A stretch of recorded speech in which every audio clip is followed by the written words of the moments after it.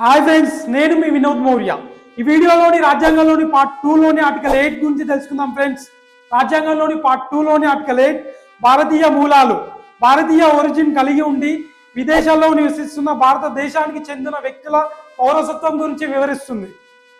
ఒక వ్యక్తి లేక అతని తల్లి లేదా తండ్రి తాత ముత్తాతల్లో ఎవరైనా ఇండియన్ గవర్నమెంట్ యాక్ట్ 1935లో నిర్వహించబడినట్టుగా భారతదేశంలో జన్మించి ఉండి విద్యా ఉద్యోగం కోసం లేదా వివాహం తర్వాత విదేశాల్లో నివసిస్తున్నప్పటికీ భారత ప్రభుత్వ నిబంధనలకు లోబడి సిటిజన్షిప్ రిజిస్ట్రేషన్ ద్వారా భారత పౌరసత్వం పొందవచ్చు.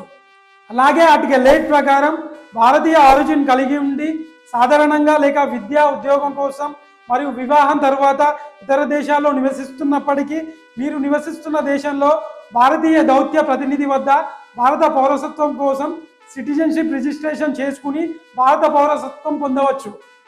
ఇది ఆర్టికల్ 8 యొక్క వివరణ friends. Please do like, share and subscribe. Thank you friends.